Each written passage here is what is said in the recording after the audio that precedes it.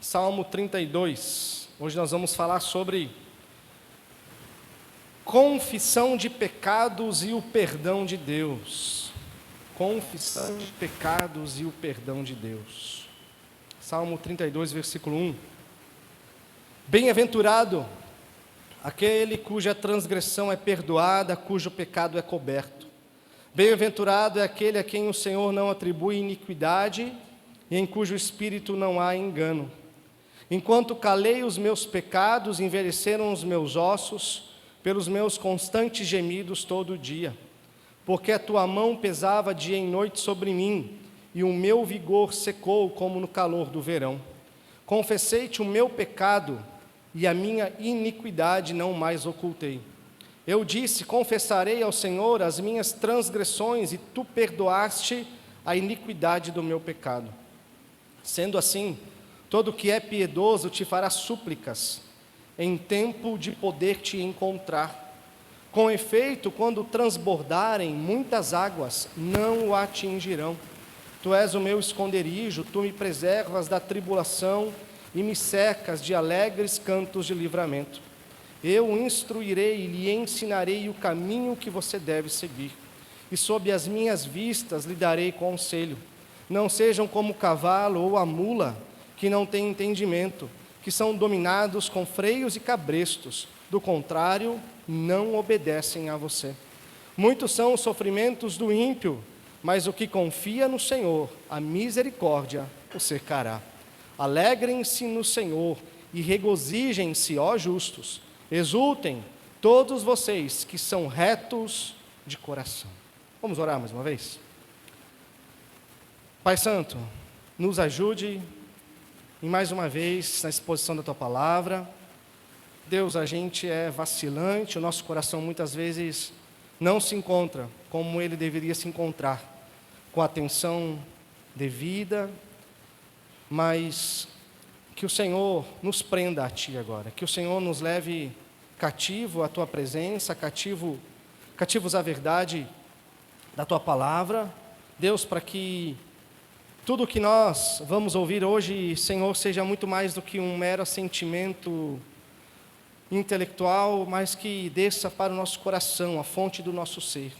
Ó Deus, e como são preciosas as verdades que nós ouviremos hoje. E como disse já alguém, que essas verdades venham ferir o nosso coração, venham machucar o nosso coração, venham, ó Deus, criar cicatrizes no nosso coração, Pai, para que nós sejamos realmente transformados pela Tua verdade que é viva, que é eficaz. Que o Teu Espírito Santo, Senhor, atue no nosso meio, mais uma vez, através da Tua Palavra. Amém. Irmãos, então, nós já temos visto aí ao longo desses 2 meses, os 2 primeiros meses do ano, né? Hoje é o último domingo de fevereiro, passou rápido, né? Passou rápido. Domingo que vem já é março. E nós temos visto nesses 2 primeiros meses de janeiro o tema espiritualidade renovada. E temos visto a essencialidade de voltarmos para as bases. A essencialidade de voltar os nossos olhos, de voltar o nosso coração para aquelas velhas disciplinas espirituais que nós muitas vezes deixamos de lado. Quando nós adormecemos na fé, quando nós passamos a achar a fé monótona, quando nós nos acostumamos muito com tudo aquilo que nós vivemos como igreja, como vida cristã, e aí então nós não damos mais a devida atenção para aquilo que nós temos que dar, para as coisas que são basilares, pilares da nossa fé. Já falamos sobre tantas coisas. Domingo passado falamos sobre oração, né? Como é importante não somente orarmos, mas termos uma vida de oração, e vimos como isso é guerrear, né? É travar uma batalha, é guerrear contra o nosso próprio ego, contra o nosso próprio orgulho, contra o nosso próprio coração. Não é fácil termos uma vida de oração. mas precisamos orar, porque sem oração a nossa espiritualidade ela fica fria, ela fica praticamente inexistente. Vimos lá no primeiro domingo a importância da força da palavra em nossas vidas, como a única fonte que tem a capacidade de nos transformar como nós devemos ser transformados. A única fonte que é capaz de tirar da nossa mente os nossos conceitos mundanos, os nossos hábitos mundanos, que nós levamos para dentro dos nossos lares, que nós levamos para dentro do nosso ambiente profissional, que nós levamos costumes, valores, hábitos mundanos para os nossos vários relacionamentos, mas a palavra de Deus é a única fonte capaz de nos transformar para que nós sejamos renovados através dela, tenhamos o pensamento transformado através dela. E hoje, como nós vamos ver, não tem como nós termos uma espiritualidade renovada, não tem como a gente desfrutar de um relacionamento profundo com o nosso Senhor, se nós não tratarmos diante de Deus aquilo que nós precisamos tratar, que são os nossos pecados.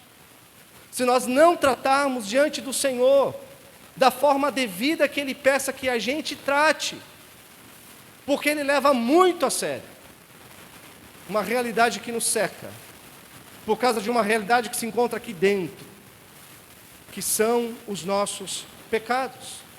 Como afirma Isaías 59:2, as nossas iniquidades fazem uma separação entre nós e o nosso Criador. Então o pecado, meus irmãos, não é algo simplesmente que interrompe a nossa comunhão, quiçá fosse, mas o pecado ele paralisa o nosso crescimento, o pecado ele pausa o nosso amadurecimento. Meus irmãos, para a gente crescer em maturidade, para a gente ter uma espiritualidade pujante, renovada, nós precisamos estar constantemente alinhando a nossa vontade com a vontade de Deus, deixando para trás os velhos hábitos, os velhos costumes, os pecados que ainda tenazmente nos ascendiam, sabe, nos enrolando todos os dias. Então nós precisamos de uma vida confessionária, termos o nosso confessionário com o nosso Deus, com o nosso Criador, tratar com a devida gravidade aquilo que Deus condena, que é o pecado. E aqui no Salmo 32, e por isso ele é tão importante para a gente meditar sobre esse tema, a confissão de pecados, o perdão de Deus, aqui a gente encontra Davi escrevendo esse salmo. E Davi, meus irmãos, ele compartilha a sua jornada aqui, do peso da sua culpa ao alto da graça. Nós vemos aqui que Davi ele experimenta o abismo, ele foi no mais profundo de onde alguém pode chegar por causa dos seus pecados. E se nós conhecemos um pouco a história de Davi, nós sabemos quais são os pecados que ele cometeu, e que estão descritos na confissão aqui no Salmo 32 e no Salmo 51. Davi experimentou o abismo do erro, mas também experimenta a felicidade de ser perdoado. O homem segundo o coração de Deus, é conhecido assim Davi, um homem que pecou. A gente costuma dizer que foram pecados gravíssimos. Qual pecado que não é gravíssimo? É claro, diante dos nossos olhos e conforme pecados que a gente faz, a gente pode dizer que tem pecadinhos e pecadões, pelas circunstâncias que nós vamos precisar encarar. Mas todo pecado é um grande pecadão diante dos olhos de Deus, porque fere a santidade de Deus. E aqui, meus irmãos, Davi, um homem segundo o coração de Deus, a gente vê que ele não está imune às falhas, ao pecado, assim como a gente também não está. Porque quando nós cedemos às inclinações dos nossos corações, nós somos capazes de atos que destroem a nossa paz, capazes de atos que destroem a paz das pessoas que estão ao nosso redor. Entende? O problema do pecado não é apenas que ele nos toca. Claro que isso é um grande problema. Mas o grande problema do pecado, meus irmãos, é que ele toca tudo aquilo que está ao nosso redor. Vocês percebem como que o pecado é vem de uma grande fonte de egoísmo do nosso coração? Porque a gente acha que é somente nós que vamos precisar lidar com a situação, mas não. O pecado ele corrói nós, corrói aqueles que estão ao nosso redor, porque a natureza do pecado é essa, ela é destrutiva, ela é corrosiva. Ela acaba com tudo aquilo que está ao nosso redor, acaba com tudo aquilo que ele toca. Então aqui no Salmo, Davi ele usa algumas palavras para expressar o significado do pecado diante dos olhos de Deus.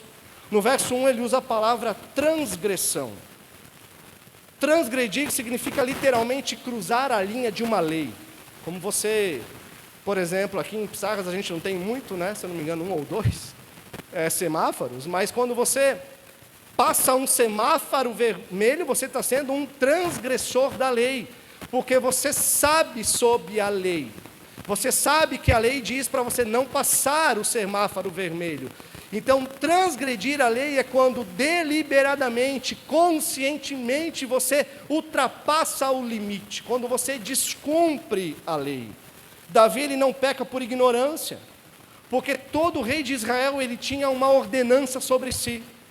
Todos os dias ele devia meditar na lei do Senhor, para que ele não se esquecesse quem é que o colocou naquele trono. Então, quando Davi falha, ele não faz por descuido, mas é uma escolha deliberada de ignorar a vontade de Deus. Davi, meus irmãos, não apenas comete um erro isolado, pelo menos 3 transgressões nós encontramos, pelo menos. Primeiro, vamos começar de trás para frente, né? O 10º mandamento, qual que é o 10º mandamento? Não cobiçarás. No momento em que Davi devia estar na guerra, onde que ele estava? No palácio, no terraço. No momento em que os reis iam para a guerra, Davi decidiu ficar em casa, no ócio, sem ter nada para fazer. E meus irmãos, uma mente vazia, como diz um antigo ditado aí, o que é? Oficina do diabo. Uma mente vazia é um terreno frutífero para a tentação. E então ele fixa os seus olhos em Batseba, ele cobiça Batseba, a mulher do seu próximo, de Urias. E a cobiça não é à toa que ela está no 10º mandamento, porque quando nós pecamos em um, nós pecamos na cobiça, e quando nós pecamos na cobiça, nós pecamos em todos. Não é à toa que a cobiça está no 10º mandamento, porque ela é a mãe de todos os pecados. Ela, se não for estancada, ela gera ação. Um segundo, o 7º mandamento, que é o não adulterarás. Davi adulterou. Davi deu vazão ao seu desejo, concretizou o pecado, ele ignorou a santidade do matrimônio. Mesmo conhecendo a lei, Davi deu vazão ao seu desejo, porque ela estava acima da vontade de Deus. Um terceiro pecado que Davi comete aqui, que é o 6º mandamento, a quebra, a ultrapassagem do 6º mandamento, que é o homicídio. Não matarás. Para ocultar o seu pecado, o que Davi tentou fazer? E ele fez, planejou a morte de Urias. Ele fez todo a sua estratégia para o mal, ele planeja a morte de Urias, ele envia Urias para a frente de batalha para que ele morresse com outros homens, então ninguém desconfiaria.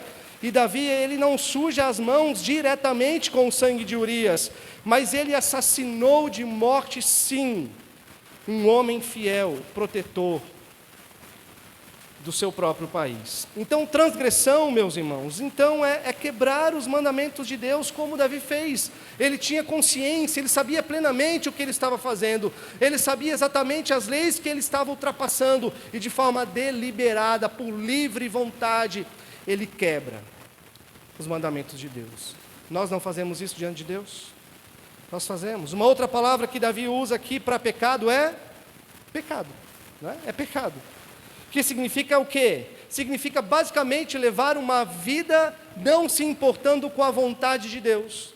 Significa basicamente você levar uma vida preocupado com a sua própria glória e não com a glória de Deus, com os seus desejos e não com a santidade de Deus. Então, o pecado é essencialmente o fracasso em refletir a santidade de Deus. O pecado, meus irmãos, não é simplesmente algo que nós podemos resumir em atos isolados. Mas o pecado, ele diz respeito àquilo que nós somos, a nossa natureza caída. Porque nós não pecamos apenas por erro de conduta. Por que nós pecamos? Nós pecamos porque nós temos uma essência corrompida. Então, o pecado é apenas uma prova externa das nossas atitudes que desprezam a glória e a santidade de Deus, que diz respeito a um coração pecaminoso que todos nós temos. Então, pecar é ser o que não fomos criados para ser, porque nós fomos criados para viver para a glória de Deus, mas o pecado se inclina e busca a sua própria glória. Então, nós não somos pecadores porque pecamos, nós pecamos porque nós já nascemos pecadores. Outra palavra que Davi usa aqui é engano ou dolo, que significa você cometer algo intencionalmente, com a intenção de enganar. Cometer o pecado às escondidas, e Davi faz isso. Ele teve a intenção e ele fez tentando esconder tudo. Mas a grande questão é quando nós olhamos para esse salmo, a gente já sabe os pecados de Davi, a gente já sabe onde isso o levou, mas nós temos que olhar quais são as consequências que esses atos pecaminosos de Davi trouxeram para ele, e que, claro, consequentemente, se a gente escolher os mesmos caminhos de Davi, nós também vamos colher as mesmas consequências. Primeira consequência do pecado na vida de Davi é a culpa. Não é isso, meus irmãos? Qual é a nossa primeira reação ao pecado não confessado? O que nós sentimos na consciência? Peso. A primeira consequência de um pecado não confessado, de um pecado não arrependido, é peso na consciência. E para o cristão isso é bênção. O problema é quando a gente peca e não sente mais o peso. Para o cristão isso é bom, porque quando nós sentimos o peso na consciência, é sinal que o Espírito Santo está ali, meus irmãos, trazendo esse desconforto, espetando a nossa consciência, mas não para nos destruir, mas para que nós chegamos a um estado onde a gente peça perdão, a gente se arrepende, e a gente então é conduzido à restauração. Mas o que acontece muitas vezes? Ao invés de confessar, muitos tentam calar a consciência através do isolamento espiritual. E aí 3 coisas acontecem que geralmente a gente vê no meio da igreja. O que acontece quando nós pecamos, não confessamos, não nos arrependemos e nos isolamos espiritualmente? Primeiro, nós abandonamos a palavra. Por que nós abandonamos a palavra se não nos confessamos, não nos arrependemos? Porque a palavra é o que contém a verdade de Deus. A verdade de Deus é o filtro para reconhecermos os nossos pecados. Então, diante da verdade, nós somos confrontados. E nós não vamos querer ter o contato com aquilo que nos confronta. Então, nós abandonamos a palavra. Uma segunda causa, cessação da oração. A gente para de orar. Por que nós paramos de orar quando pecamos e não nos arrependemos? O que a oração exige da gente com relação a Deus? Intimidade. E a intimidade vai revelar aquilo que está de errado em nós. Ela é um espelho para a sujeira que nós temos. E a terceira consequência, óbvia, que é o quê? O afastamento da igreja. Nós deixamos de nos congregar, porque tem 2 coisas importantes que acontecem no nosso meio, que são um espelho também, para a corrupção que se encontra no nosso coração, para o pecado não confessado, que é o quê? A comunhão com os irmãos e a exposição da palavra. 2 coisas que colocam diante dos nossos olhos o nosso pecado não abandonado. Então, quando nos recusamos a tratar o pecado, nós fugimos de todos esses meios de graça que Deus usa para nos tratar, para nos confrontar. Então, automaticamente, a gente vai querer silenciar a voz de Deus. A segunda consequência do pecado é a ocultação. Vocês já ouviram falar da síndrome das baratas? Quem aqui já limpou caixa de gordura? Eu nunca limpei, mas já vi. O que acontece quando você levanta a caixa de gordura? O que acontece quando alguém vai lá fazer uma limpeza no bueiro da rua? Levanta aquela tampa, sai barato para tudo que é lado. Mas vocês já viram que interessante? Elas não ficam paradinhas ali no meio-fio ou na parede da casa, não. O que acontece? Elas saem, elas correm, porque elas não têm intenção nenhuma de ficar na luz. Barata não suporta luz, irmãos. Barata gosta de trevas. Barata gosta de lugar escuro. Ela não suporta a luz. É o que nós fazemos muitas vezes com relação ao pecado. Deus quer trazer à tona para nos tratar, para que a gente receba o seu perdão, mas muitas vezes a gente se abraça na síndrome das baratas, a gente quer ficar na escuridão, a gente não quer ser confrontado, a gente não quer que o nosso pecado seja trazido à luz, a gente vai querer esconder, como se nós pudéssemos esconder algo diante de Deus, não é verdade? No verso 3, Davi ele diz assim: enquanto calei, enquanto escondia os meus pecados. O homem segundo o coração de Deus sofreu da síndrome das baratas. Ele não queria trazer o seu pecado à luz. Ele queria manter o seu pecado na escuridão. Teve alguém que fez isso primeiramente. Quem foi? Adão. Logo depois que ele peca, Deus vinha na viração do dia, né? Todos os dias ali conversar com Adão, e ele sabia disso. E aí logo depois que ele pega, ele tenta fazer aquela, uma roupa meio desajeitada de folhas ali, de figueira. E aí quando ele ouve os passos na viração do dia ali, Deus no jardim do Éden, ele e Eva vão se esconder atrás de um arbusto, se esconder de Deus, se esconder daquele que tudo sabe, que tudo conhece, como se fosse possível se esconder de Deus atrás de um arbusto. Mas a questão, meus irmãos, hoje não é com Adão, a questão hoje não é com Davi, a questão não é com qualquer outra pessoa que possa estar vindo, talvez, aí no seu coração agora, porque muitas vezes a gente está ouvindo a palavra e pensando: se fulano estivesse aqui, não é? Se fulano pudesse ouvir isso, se fulana pudesse ouvir isso. Não, irmãos, a questão hoje é com a gente, a questão é com a gente. E a gente precisa responder. Existe algum pecado nosso de estimação? Existe algum pecado nosso que a gente tem levado lá no pet shop? Para cortar as unhas, pôr uma roupa bonitinha, um lacinho, ficar perfumadinho, tomar aquele banhinho semanal. Existe algum pecado nosso de estimação que a gente não quer trazer ele para a luz? E que a gente está teimando em deixar ele na escuridão? E aí a gente pensa: não, mas eu não adulterei, pastor, eu não assassinei, glória a Deus. Até se você tivesse assassinado alguém, você não estava aqui agora. Talvez no nosso coração a gente assassina muitas vezes durante o dia, Mas fisicamente eu acho que ninguém fez isso.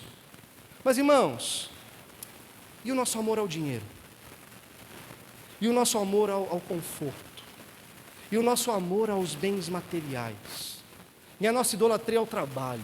E a nossa idolatria à família, a nossa idolatria à nossa esposa, ao nosso marido, a nossa idolatria aos nossos filhos, sabe? A gente poderia elencar tantas coisas aqui que são pecados nossos de estimação e que nós não queremos tratar.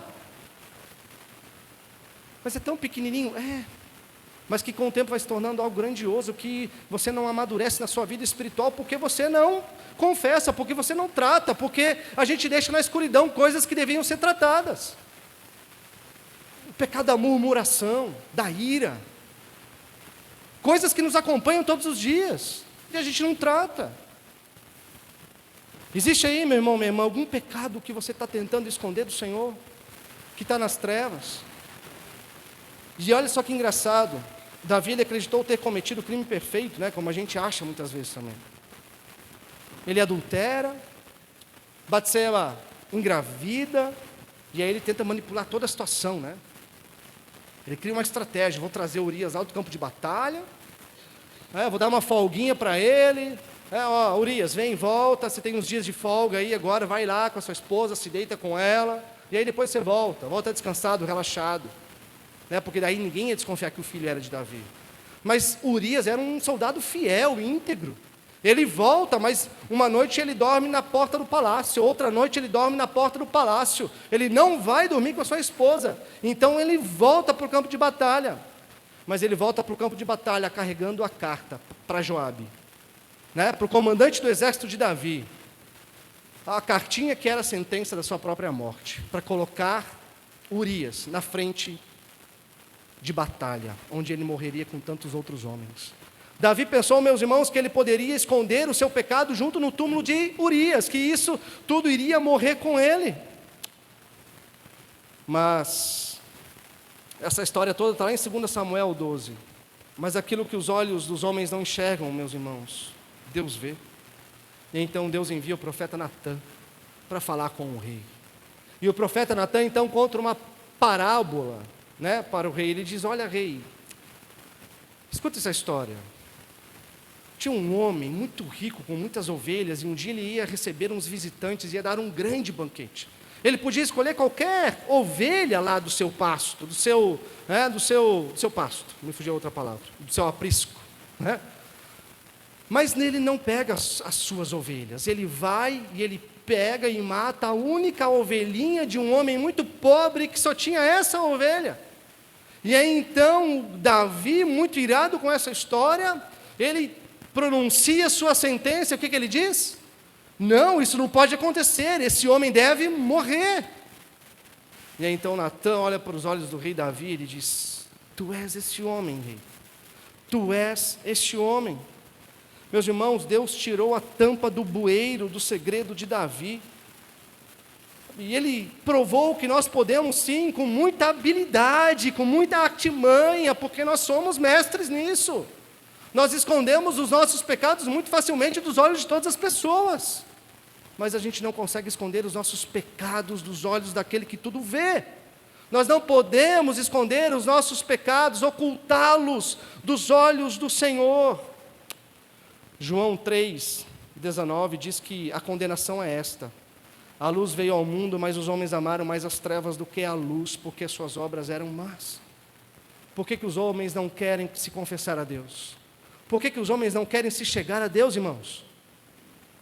Por quê? Porque suas obras são más. As nossas obras são más. E a gente, com nossa síndrome de barata, a gente odeia a luz. Por isso que o ser humano, ele detesta se aproximar da luz. Porque a santidade de Deus é uma luz tão forte, mas tão forte, que revela aquilo que há de pior em nós, os que são os nossos pecados. E a humanidade ama os seus pecados. Mas lembrem-se, não adianta ocultar o pecado, porque Deus já viu.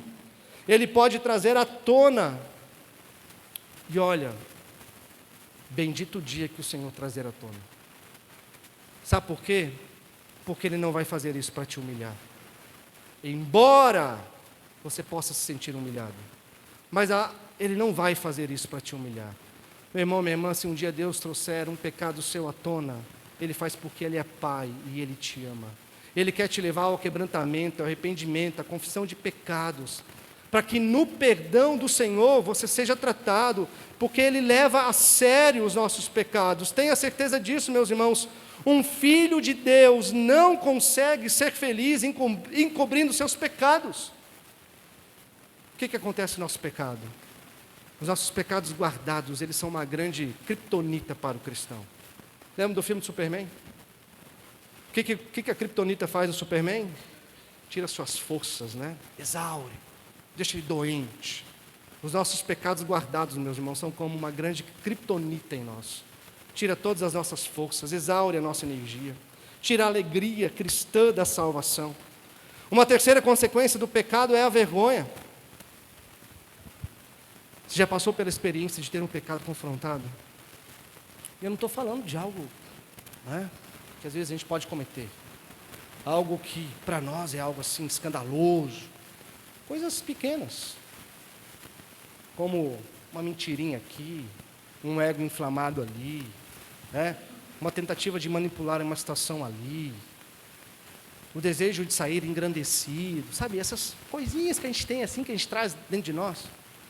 Você já teve essa experiência de ter um pecado seu confrontado? Não é vergonhoso? A gente não se sente envergonhado, constrangido. É ruim. Davi passa por essa vergonha, porque é a consequência.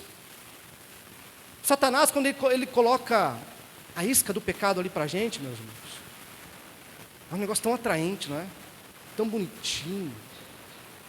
Geralmente vem com esse rótulo assim, né? Embaladinho, com um laço tão bonito, dourado, prateado. Dificilmente um pecado vai se apresentar diante de nós assim feio, porque a gente não quer o que é feio. Então, Satanás ele coloca a sua isca assim, mas o que tem atrás da isca? Tem um anzol. Aí ele puxa, e esse anzol traz vergonha, esse anzol traz humilhação, e às vezes, meus irmãos, não somos só nós não que vamos passar vergonha. A nossa família passa vergonha junto, a igreja passa vergonha junto, o nosso testemunho cristão é afetado por isso, não é? E o mais grave, é uma vergonha para Deus. Mas tem uma frase que diz assim, que Deus não permite que os seus filhos pequem com sucesso. Deus não permite que os seus filhos pequem com sucesso. Se tem uma coisa, meus irmãos, que Deus ele faz, é trazer o escondido à luz. Não existe crime perfeito, não é como tem uma música aí de um cantor, não existe crime perfeito. Se nós somos filhos de Deus, Deus não quer isso, mas por consequência do pecado, a vergonha vai vir junto. A quarta consequência, pecado traz dor, sofrimento, a nós e a quem nós causamos danos muitas vezes. Qual é a maior causa de dor e sofrimento no mundo, irmãos? Pecado. Por que tantas famílias sofrem? Pecado. Por que tantos filhos são negligenciados? Pecado. Por que tantos casamentos são desfeitos? Pecados. Não é? Por que tantas coisas dolorosas acontecem?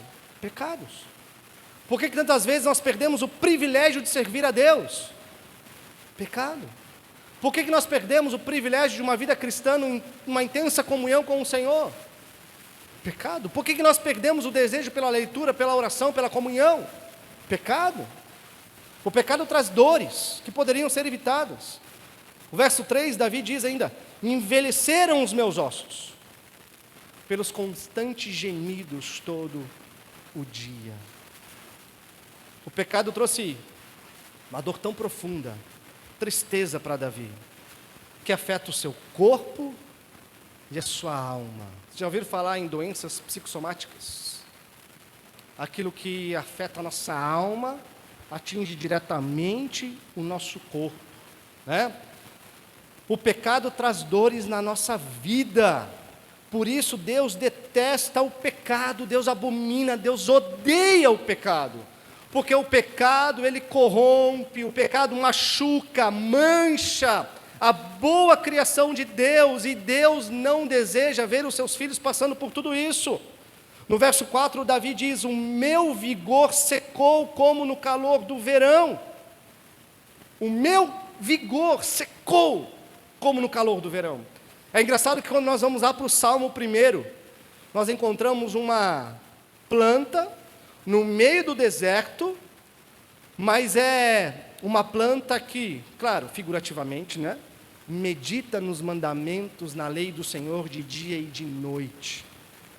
Uma planta que está no meio do deserto, mas que por viver uma vida meditando na lei do Senhor, ali no meio do deserto é como se ela está plantada ao lado de um grande ribeirão. Essa planta se encontra saudável. Mas Davi diz aqui, meus irmãos, que o vigor dele secou em um palácio, tendo a melhor bebida, tendo a melhor comida, tendo sombra, tendo de tudo. O vigor dele secou. Você pode ver, alguém que fica no pecado, não se arrepende, o que acontece com essa pessoa? Ela vai perdendo as suas forças, emocionais, espirituais principalmente, aí acontece tudo aquilo que a gente já viu. Não ora mais, não lê mais a palavra, não tem o desejo de estar com os irmãos na igreja, está fraco. Porque o pecado ele faz isso, meus irmãos, ele definha a pessoa. George Tace, ele tem uma frase muito interessante, que ele diz assim, preste atenção, o pecado sempre custará mais caro do que você tinha orçado. O pecado sempre te levará mais longe do que você tinha planejado, e o pecado sempre te causará mais destruição do que você tinha imaginado. Quando a gente peca, a gente acha que nós estamos no controle da situação, não é verdade? A gente acha que nós estamos tendo a nossa autonomia, que a gente, não, eu estou sendo liberto. Lê do engano. É uma liberdade travestida de escravidão, onde a natureza pecaminosa, onde o pecado que há em nós se coloca no nosso controle. Então, meus irmãos, o pecado sempre vai nos levar mais longe do que a gente imaginou. Quinta consequência, a quebra da comunhão com Deus. Nós cremos que somos salvos por meio da fé em Cristo Jesus, né? Cremos que em Cristo Jesus nós temos uma segurança eterna, que Deus persevera por nós com graça e misericórdia, Ele nos sustenta para que a gente não perca a nossa salvação.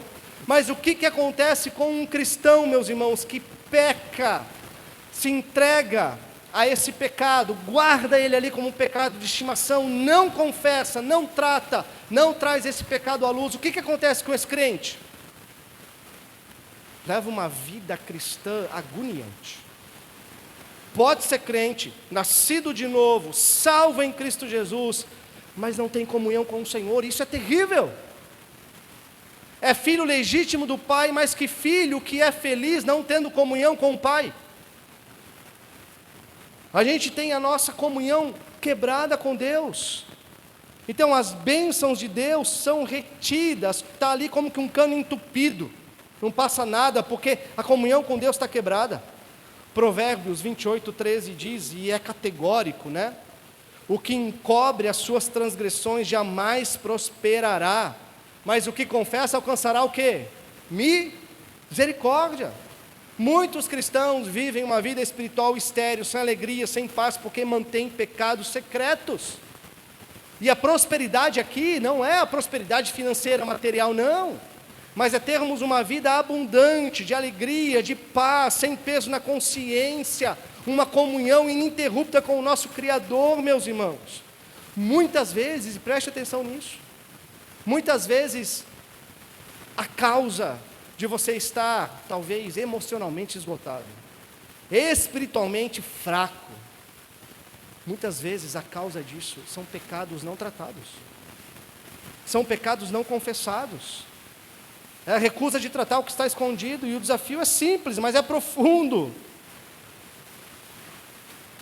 Existe algum pecado na sua vida que precisa ser confessado? Existe algum pecado na sua vida que precisa ser tratado, abandonado? Não tenha, meu irmão, minha irmã, não tenha pecado de estimação, porque se tem algo que acaba com a vida do crente, é o pecado de estimação. Versículo 4 ainda ele diz, porque a tua mão pesava dia e noite sobre mim. Lembra de Hebreus 12?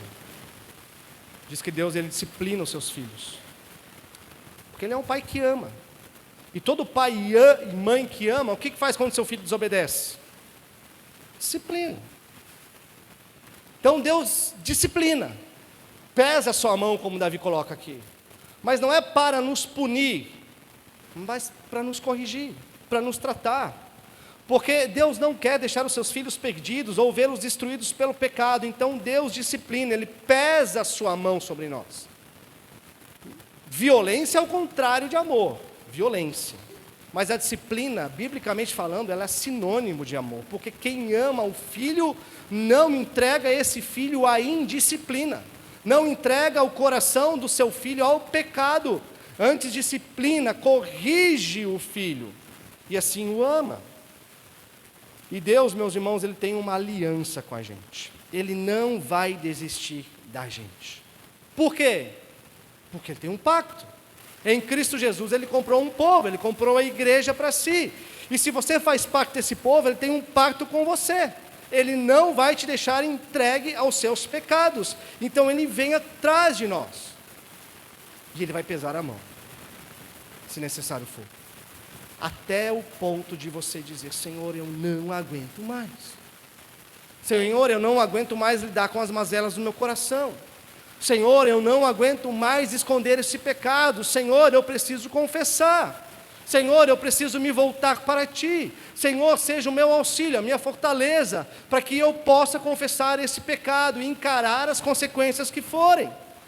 Meus irmãos, Deus pesa a mão até que o coração duro se quebrante e volte para o Senhor em arrependimento. Então o Senhor recebe, Ele perdoa, Ele transforma.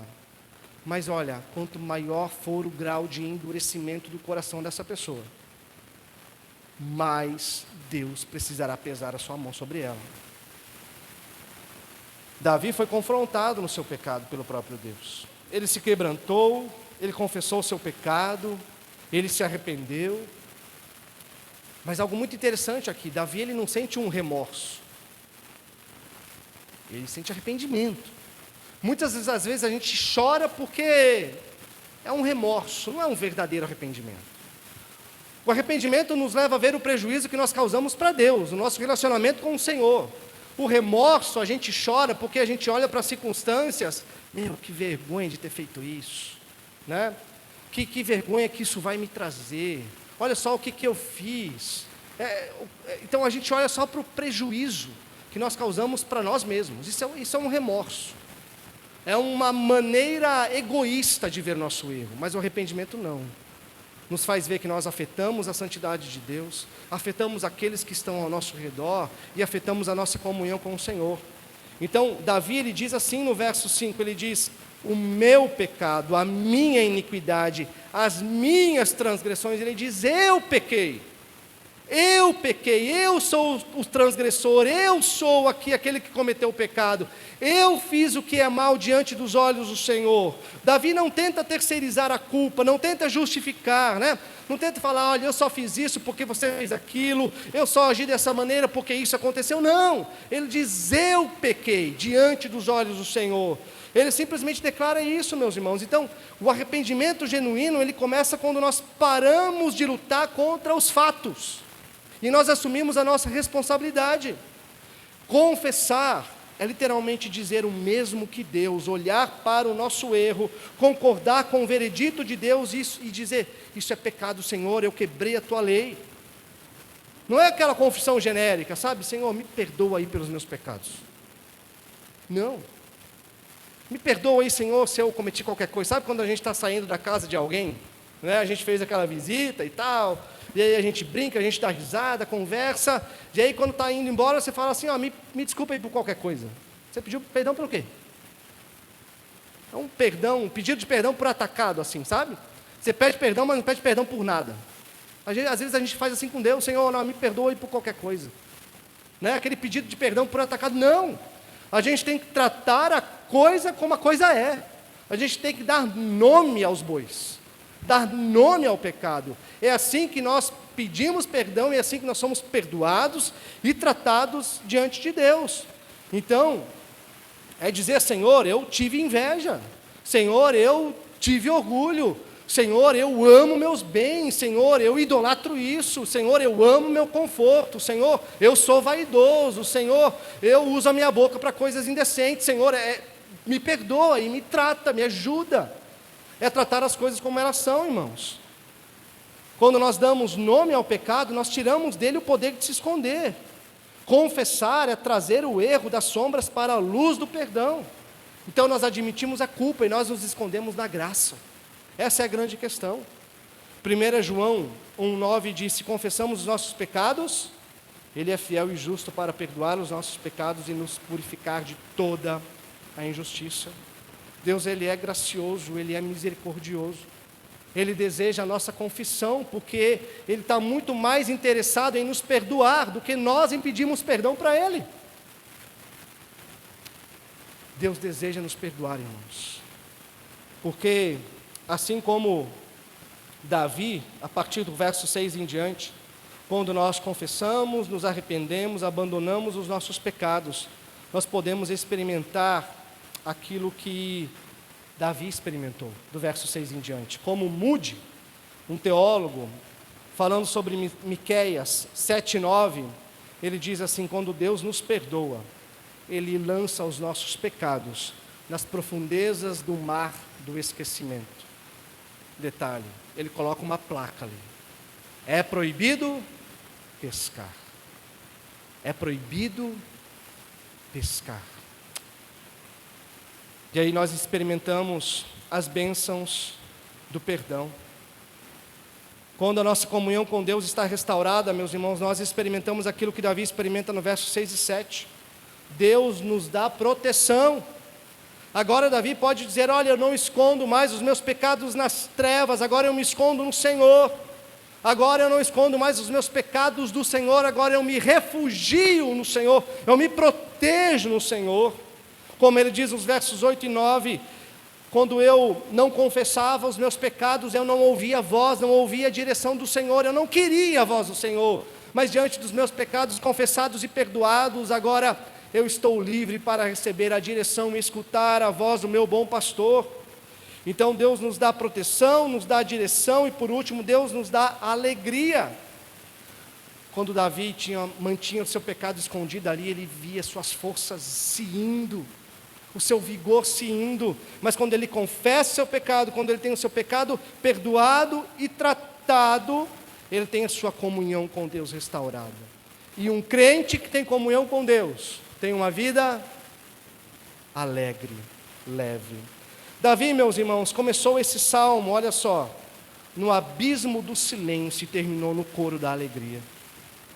Ele descobriu aquilo que nós precisamos descobrir, que o pecado, meus irmãos, é um mestre cruel, que nos promete liberdade, mas nos entrega escravidão. Promete prazer, mas entrega gemidos e olhos secos. Mas Davi também descobriu que Deus é nosso Pai, cujo perdão é sempre maior que a nossa queda.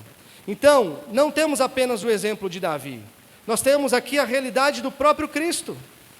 Davi, ele tentou se esconder dos seus pecados, mas Cristo Jesus, sem pecado algum, ele foi exposto na cruz, para quê? Para que os nossos pecados fossem postos sobre ele. Davi derramou o sangue do inocente Urias para salvar a sua própria pele. Jesus Cristo, ao contrário, derramou o seu próprio sangue para que nós fôssemos livres da nossa culpa do pecado.